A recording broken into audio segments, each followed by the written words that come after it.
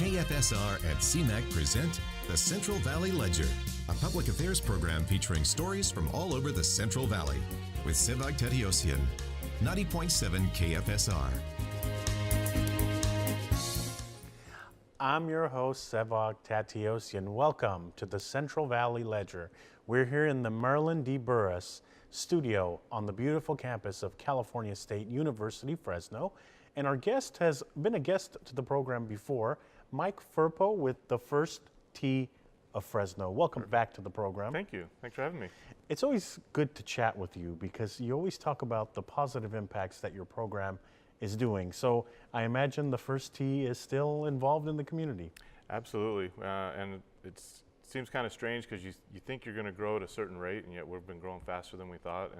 And it's great because so many kids want to get involved in the program. And it's easy to be positive when you're working with the kids because they have so much fun with it. How do you get people to come to golf? Because, you know, the perception or misconception is that golf is boring. And I'll tell you about my experience in a little bit. But Sure. How do you get people to actually bring their kids? You know, a lot of it we've gone into the school systems, so we go where the kids are, run clinics, and when we do have these clinics and we do have these opportunities that we invite people out to, we play games. We play things like football with golf clubs, baseball with golf equipment, and people are like, have no clue, what are you talking about, baseball and golf? I'm like, yeah, you play games where the kids have fun, and once they have fun, they're hooked. And then when they're hooked, you start teaching the program. So the idea is to get the kids to want to come back. And so by going into the schools, going into the community centers, doing some TV and radio and getting people to understand where we're at, that's how we get kids to come out. But the school system's been a big help to us. What do you have to say for someone who says golf is boring but hasn't tried it? And again, I'm going to tell you my story in a little bit. The funny part when somebody says, they say, I've never played, but it's boring, I'm saying, but you never played. So I understand it because you can understand why somebody might think it's boring, but the reality of it is just give it a try, go out with some friends, have some fun. The game of golf really isn't the end game. Like when you went and played, you're there with other people. So it's about socializing. It's about having a good time. Nowadays, it's about breaking away from the cell phones and the social media and the computers and stuff. So give it a shot, and then the question answers itself. And so I invited you here because, you know, I always invite you almost every year because I'm a fan of your program, and I've always been a fan of your program. But, you know, I used to go to the driving range and just drive, you know. Right. But then my cousin, who was a golfer, said, you know, let's go out on the golf course. And I said, all right. It worked out, and we went out. And I got to know more about my cousin in that 2-hour period than I've gotten to know Sure. from family functions. I mean, is that a common occurrence? Yeah, there's an old kind of phrase or comment about the game where if you spend one round of golf with somebody, you'll know more about them than if you spend an entire year hanging out with them in another circumstance or another venue. Because when you spend a few hours on the golf course with somebody, you learn about their temper, you learn about their personality. Do they like to talk? Are they quiet? Are they somebody who follows rules? Are they somebody who is friendly to other people? You find so much about somebody in a round of golf. One round of golf, you can learn a ton. And now I've been paying attention to the many golf courses that we have around Fresno and Fresno County, and I didn't realize we have so many. What is your take on the amount of golf courses? I mean, could you use more, or are you think just build up what we have? Well, from a golf professional standpoint, more. The hard thing about the game of golf is there's a lot of different playing levels, but you don't have enough golf courses for each playing level. So you don't necessarily need to build a lot of golf courses because it takes up a lot of land and expenses and different things like that. But Fresno is a very golf-friendly town. We produce a lot of really good golfers. We have a lot of junior golf going on, not just our program, but the school systems. So Fresno's a great place if you like to golf. How do I pick which golf course to play at? And here's why I asked the question. Mm-hmm. We decided we're going to go play golf, and then we were like, okay, where do we go play? And I know off the top of my head at least 5 golf courses. Right. So how would we pick? I mean, how would a rookie pick where to play? And actually, that's an excellent question that I hardly ever get asked. But it's an important one because if you go to the wrong golf course for your ability and you just decide I'm going to learn on this golf course, but it happens to be a very long, challenging championship-style golf course, it's going to be very difficult. Whereas if you start out at a place like an Airways golf course here in town, Riverside Golf Course, they're both public municipal golf courses. You have places like Bluff Point, which are a smaller golf course. River Park Golf Center, which is all par threes, so they're shorter. Those are places where a beginning golfer can actually practice and learn and get better, so that if they want to go out to some of the championship style golf courses like Riverbend, which is now called Dragonfly, and it's held some professional events out there. You know, the country clubs are obviously longer, more difficult courses. That's for more seasoned golfers. But the beginners, if you need to find out, the best way to do it is to actually just start talking to people you know that golf. There's not really a book that says this is better for this person, but it's not hard to find out. And I can tell you right now that Airways is probably the #1 golf course for kids, senior citizens, people that just don't golf a lot. I grew up and learned at Airways Golf Course, and it's a shorter golf course. It's less expensive to play, and then Riverside is a full-length golf course that's not overly expensive either. So those are two good places to start. Talking about the length of golf courses, we ran into this as well because we were talking, okay, 9 holes or 18, 9 holes or 18. We ended up playing 9 holes, which by the way took us about a couple of hours, so it wasn't short. But tell us when and why people play the different courses. Yeah, I mean, the standard full-length course, you're going to play 18 holes usually, but the game has changed to an extent where, especially for a beginner, again, somebody doesn't play a lot of golf, 9 holes, as you were talking, it can kind of wear you out. And so the courses are broken up into front 9, back 9, and a lot of people do just play 9 holes nowadays due to time. And it should take you about 2 hours to play 9 holes, 4 hours to play 18. So if the diehard golfers, a lot of the golf people that play on a regular basis, they usually go out and play 18 holes. But there's a large number of people who will go out, especially this time of year.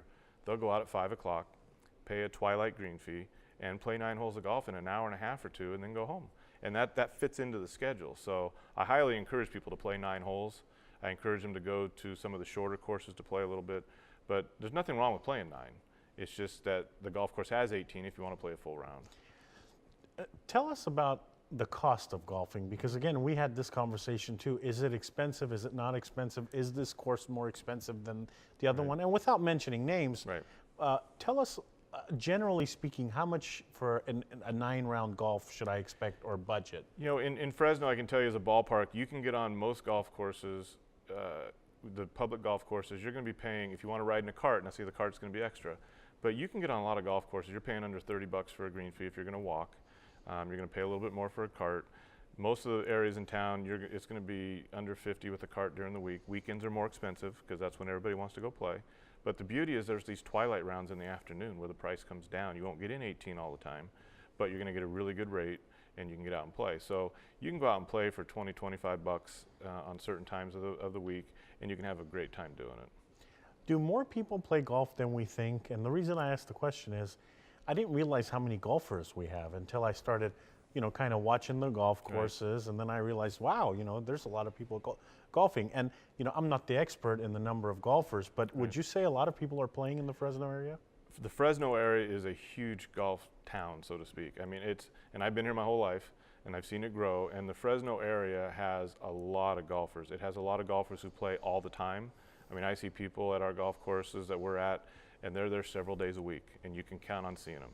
And it's just like, you know, it's like when the old Cheers show used to be on TV and Norm walks in and everybody knows. I walk down the driving range and I see people I know out there. I'm like, hey, how you doing? Hey, how you doing? A couple days later, hey, how you doing? So we have a huge, huge population of golfers in the area.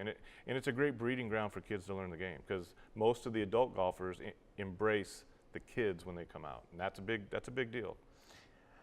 Tell us when you tee a ball and not. And I'm asking the question because, you know, I did better when I teed the ball. And by tee the ball, I mean you put that little spike in, and then you hit the ball off of the spike. But when do you actually tee the ball? The first shot on each hole is off what's called a tee box, and that's part of the name is the tee box. You put the ball on that wooden tee, and then you get to hit your shot. And then once you tee off, you play it on the ground all the way into the cup, and then you tee it up again on the next hole. Which is more challenging. And maybe I'm not correct in this, but I found it more challenging to hit the ball from the ground than the tee. When I put it on the tee and I hit it, that ball went far. Yes. But when it was on the ground, I wasn't so lucky.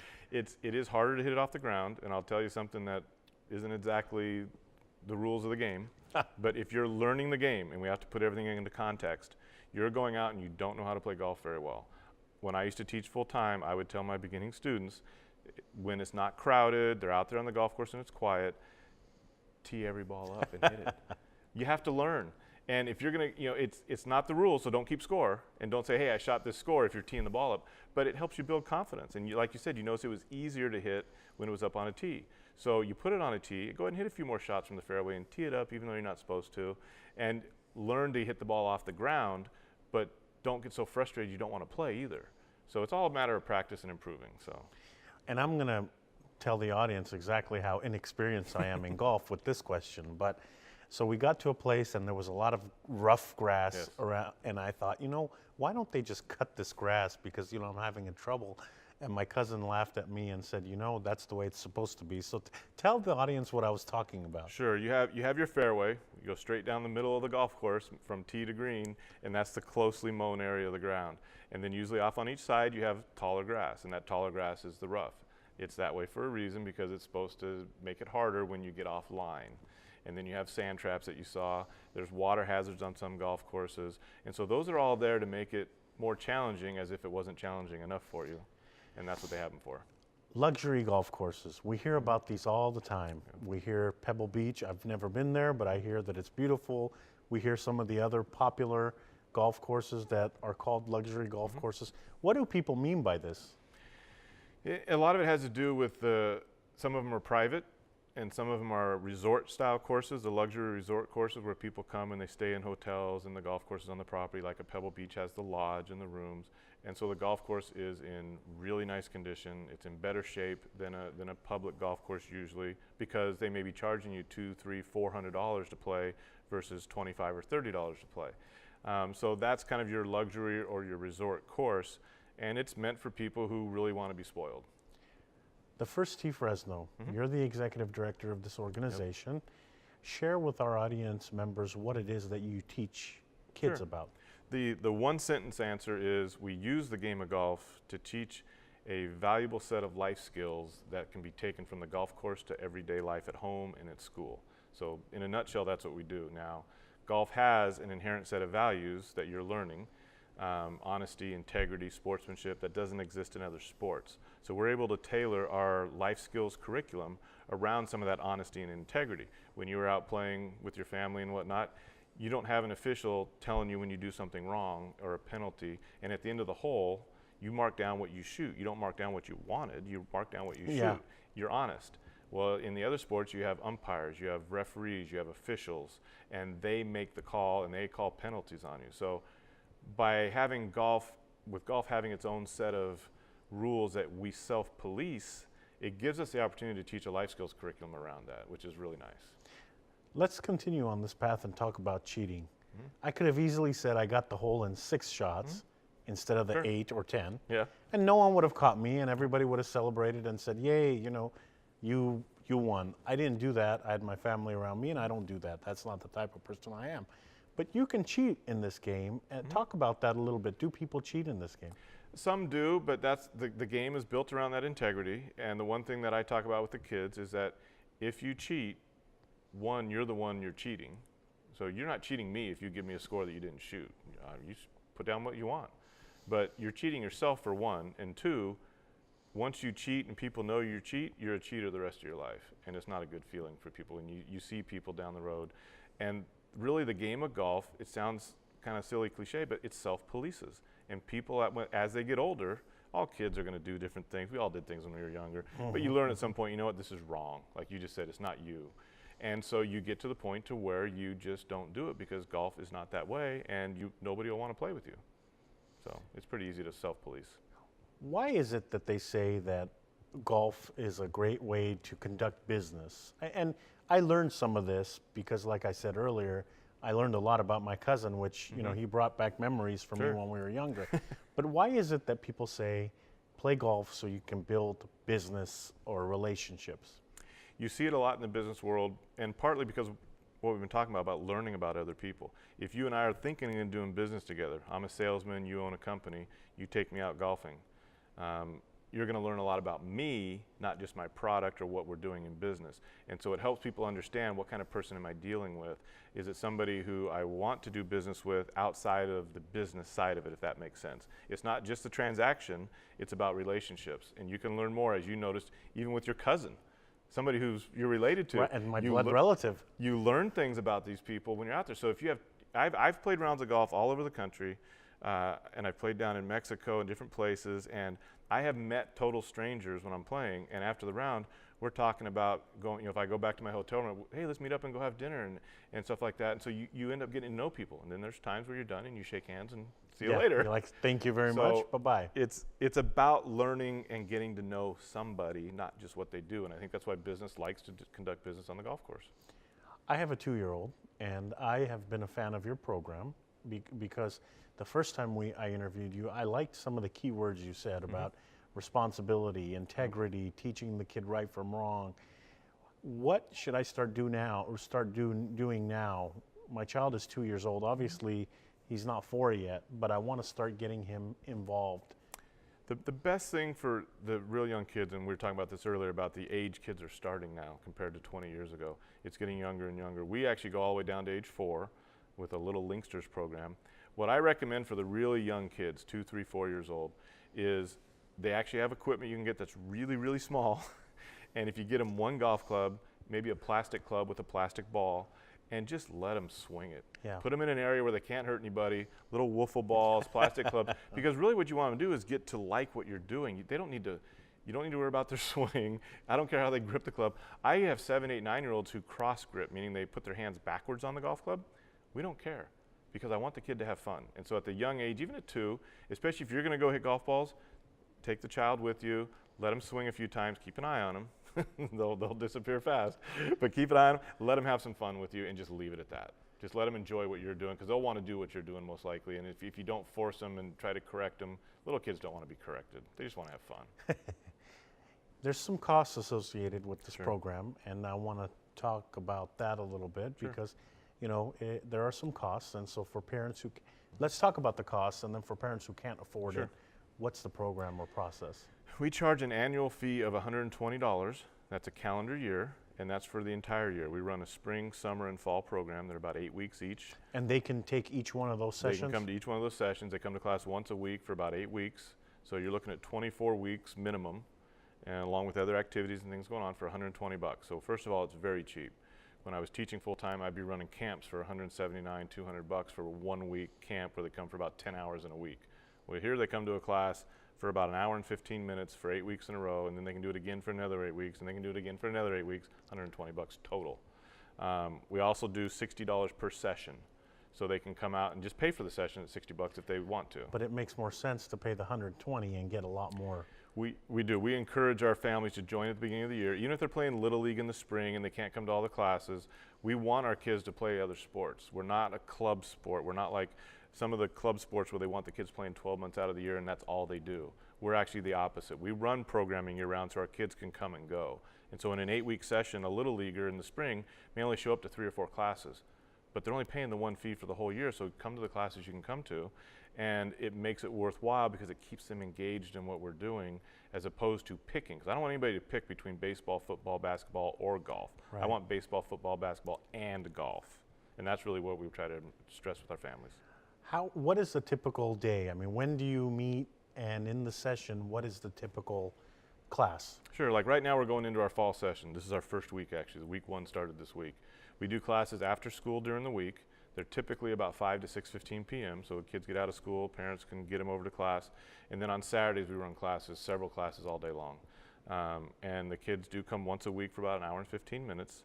They start at a beginner level with a beginner set of life skills, and the parents do get a parent guide so they know what's going on. The child gets a yardage book, which in golf terms, a yardage book tells you what a golf course looks like. Well, the yardage book tells you what your class looks like. And so they come to those classes once a week, and as they progress through the levels, they graduate up to new levels just like you go in school. And some kids take 2 years, 3 years to go through a level, some kids do it in 1 year. And we also let the kids progress at their own rate, because golf, as you're learning now, not everybody learns at the same rate.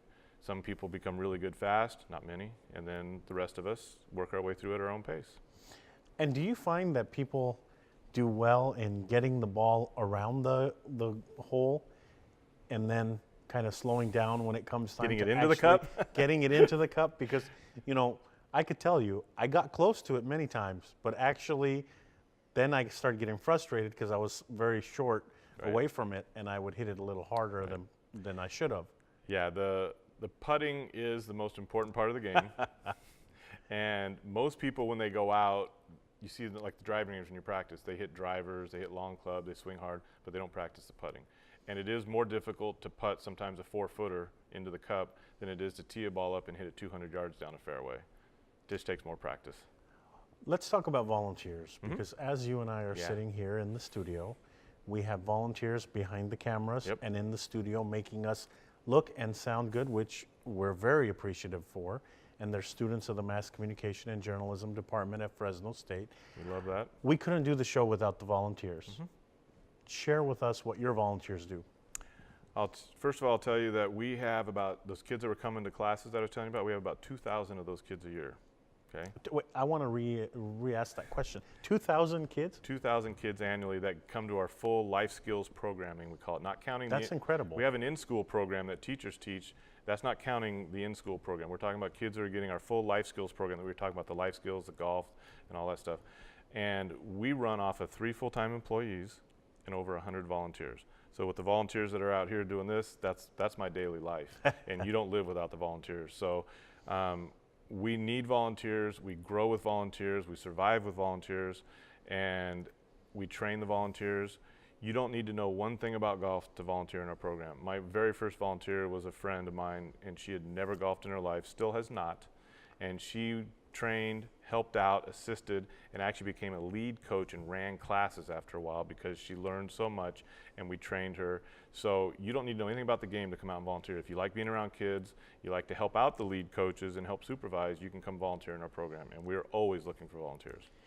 And I imagine that some of the younger kids, the parents stay with the younger kids. You have a spot for the parents, I imagine. Yeah, the parents are more than welcome to stay and watch. We enjoy it. We like having them around. We just try to tell them to keep a little bit of distance away, not to interact with the kids during class, because we want the kids to interact with the coaches, and we actually want them to build a relationship with the coaches, and that's a big part of it is the volunteer coaches that are out there. We want them to get to know the kids and talk to the kids, and if the parent is always asking the kid something and they're turning around, it doesn't work very well. But most of our parents are really good. They love coming out and watch. They sit off to the side. They bring a lawn chair or something, go sit under a tree, and they can watch their kids practice, which we enjoy. We want the family to be out there. We just want to keep a little bit of separation. And some of our parents have started to volunteer too, and so that helps. We put them in a volunteer role, usually not with their child, but put them in a different volunteer role, and then they begin to enjoy it as well. I'm kind of a bigger guy, so during my 9-hole golf course that we were playing, I broke up a sweat. Absolutely. I started getting tired, and I thought, I'm getting tired playing a game of golf. Yep. This never happens. Is it a workout? It is actually. In fact, it's one of the things we've tried to focus a little bit more on. But if you walk 18 holes of golf, you're going to burn about 1,500 calories. And that's not taking into account the swinging of the club or carrying the golf bag on your back if you're carrying. I'm asking for you to repeat several things in the conversation. Yeah. 1,500 calories in an 18-hole round of golf if you're walking. That's incredible. And that's just kind of an average.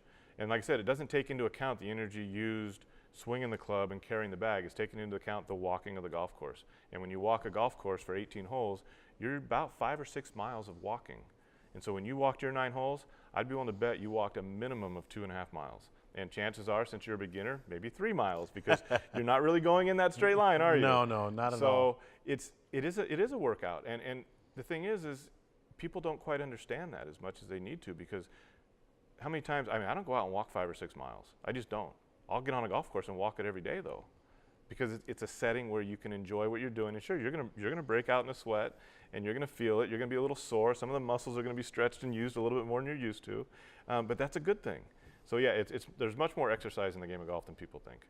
For the people listening to this program now who are on the fence saying, golf, with all the other things I could be doing with my time, and we live in a day and age where there's a ton of things that want our attention. Yep. From the little phone in our hand to the TV monitor. Why would you tell someone to go play if this person's on the fence? How would you sell them on it? The easiest way to put it right now is it's probably more important now for people to take up a game like golf than it was years ago, because years ago people did a lot of exercising and different things. They rode bikes and people don't do that anymore. When you get to a golf course, and even if you're just playing 9, you've now committed 2 hours away from all that, and that's healthy. One, it's healthy mentally just to get away from all of that electronic media, you know, the 300 channels at home on your TV, the apps on your phone. You put that away. And so it is very important from a healthy aspect to do that. Even if you're riding a golf cart, you don't have to walk. If you're riding a golf cart, that's fine. You're getting away from all of that. You're de-stressing. And as much stress as you may have noticed on the golf course, it's a different kind of stress than work stress or life stress that we talk about. So it's important from that standpoint. And you get to be around other people, and you get to interact with them, and you get to have fun. Get out and do it, have fun and exercise. I will say we had fun. We're running out of time this week on the program, but something I always hear when it comes to golf, and people tease my cousin about it, is, oh, you're playing a rich person's game. Right. Do you hear that? Briefly, do you hear that? And is that true? Briefly, that's a good comment. Yes, the one thing I'm most proud of about this program, of everything we do, is we are now accessible to all kids, and it's free if it needs to be. So the adults, you do what you want to do and you pay what you got to pay, but for all kids in Madera County, Fresno County, and Tulare County, whether they come from whatever side of town, money or no money, it is free if they need it, because as we talked about the $120 scholarship, nobody's ever been turned away, ever. Sir, always a pleasure to have you on the program. I mean, I always look forward to our conversations because I always learn so much in these interviews. Keep doing the great work that you're doing. Thank you for your time. Appreciate it. Thank you very much. That's all for this edition of the Central Valley Ledger. We're here in the Merlin D. Burris Television Studio on the campus of California State University, Fresno. Thank you to the Mass Communication and Journalism Department students for making this production and being behind the cameras and in the studio, making us look and sound good. We couldn't do this without you. Thank you to our audience members listening to this broadcast on 90.7 FM, KFSR Fresno, and thank you to those watching on Comcast 93 and AT&T 99. We hope that you enjoyed this program this week. Tune in next week to a new edition.